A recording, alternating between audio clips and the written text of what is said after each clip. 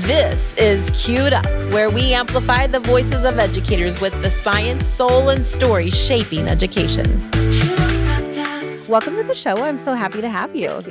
Tell me a little bit about what you have done in your career. Yeah, so I've worked in education for about 12 years. Everything I've kind of been a part of has either touched or been in special education specifically. And in my role right now as a director of program services, I work and oversee every contract that we have. So if we're working with TVIs, VI paras, if we're working interveners, or anything that Sonya kind of mentioned earlier, Yes. I oversee all of them in the field and make sure we are in compliance and making sure clients are happy, students are happy, and we're doing what we need to do to make sure kids have access. Okay. So do you feel like your teaching role helped prepare you for the role you're in now? Oh my gosh, yes. Good. Tell me about that. I really think being able to have the experiences in the classroom as an administrator, in the district office, I think all of those pieces have really prepared me to see the lens of each person I'm interacting with in my position now. And so when I'm working with the principal, I can think about, there's empathy there of maybe you have staffing shortages, you're trying to budget, you're trying to get kids what they need. And sometimes I think being able to have that experience yourself makes it easier to build relationships, have empathy, and work through that process very graciously. Absolutely. So what drew you to the company that you currently work for? Yeah. What is the official title? Sure. So Sonya Biggs Educational Services I always Incorporated. wanna say. So SBES Inc. Okay.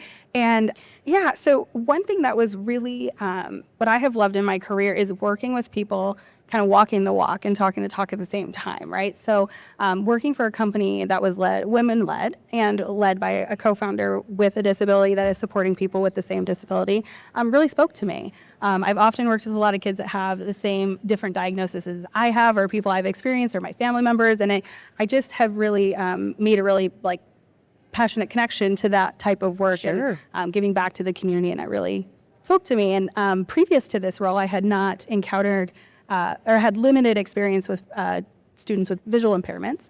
And so this has really taught me a lot in kind of this niche area of special education. So how many states do you all operate in? Yeah, so we originate in California. So we are north to south in California, maximized a lot in that area. And now in the last about year or so, we've branched out to about 8 other states across the nation. So we've done pieces in Boston. We hang out in Missouri. We've been to Texas. So there's a lot of, it just kind of depends on where the needs are and where we can help out. So in your role, how do you best support the people that you have in the field? I think a lot of grace comes with it. Knowing what they're maybe experiencing, or they jump on for a 30-minute session and they got about 3 minutes of productive work out of it, and sometimes that happens. And so, just walking it with them and saying, hey, okay, let's problem solve together. Let's collaborate. Hey, do you need me to reach out to somebody? Does the student have all the resources that they might need? And so, I think what my role is connecting with teachers to feel like they have the support, but also the bridge between our services and the district or the school-specific site to make sure that the partnership is working well. Yeah. Not only that our teachers or our staff are supported, but I want to make sure our stakeholders in the buildings also feel that connection. And so I feel like I get to bridge that gap a lot, which helps with the support and kind of a holistic approach. Before we continue, this episode is sponsored by Q360 Workforce Solutions. If you're a leader listening, you already know the problem. Q360 helps districts get ahead of the staffing and support gaps. This isn't about looking good on paper, it's about keeping schools steady. All right, back to the conversation.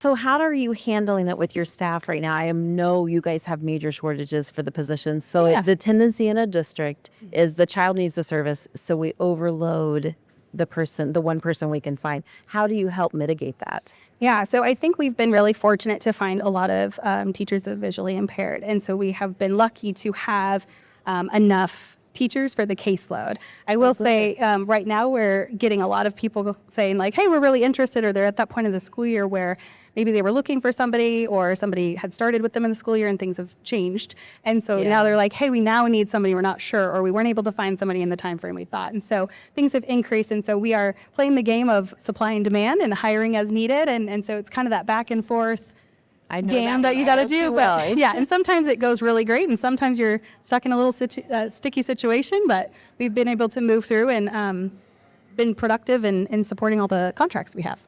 Yeah, and it sounds like you have to be a pretty good problem solver when you're trying to maneuver all of that. Yes. What is your best advice to somebody that's in a role like yours? Yeah, I think what I have really spent a lot of time focusing on that's been very helpful is better understanding the difference between different states. So as we've branched out, a teacher will come to me and say, I'm from Missouri.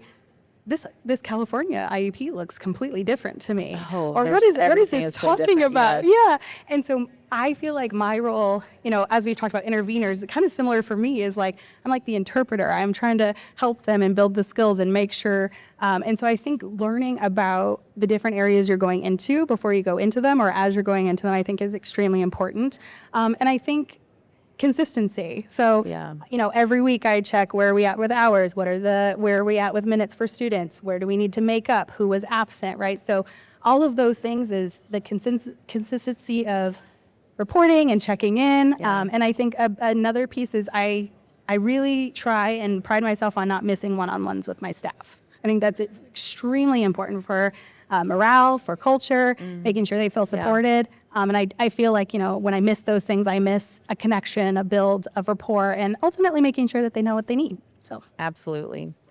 Well, I appreciate learning so much about your company today, and we will be posting the website so that people can find the resources. But where's the future as we wind this down? Where is the future for TVI orientation mobility staff? Are we seeing a decline? Or are we not? Sure. I think we're in a sticky spot right now, to be frank. I think there's not enough people going through the programs. A lot of programs have been closed or defunded.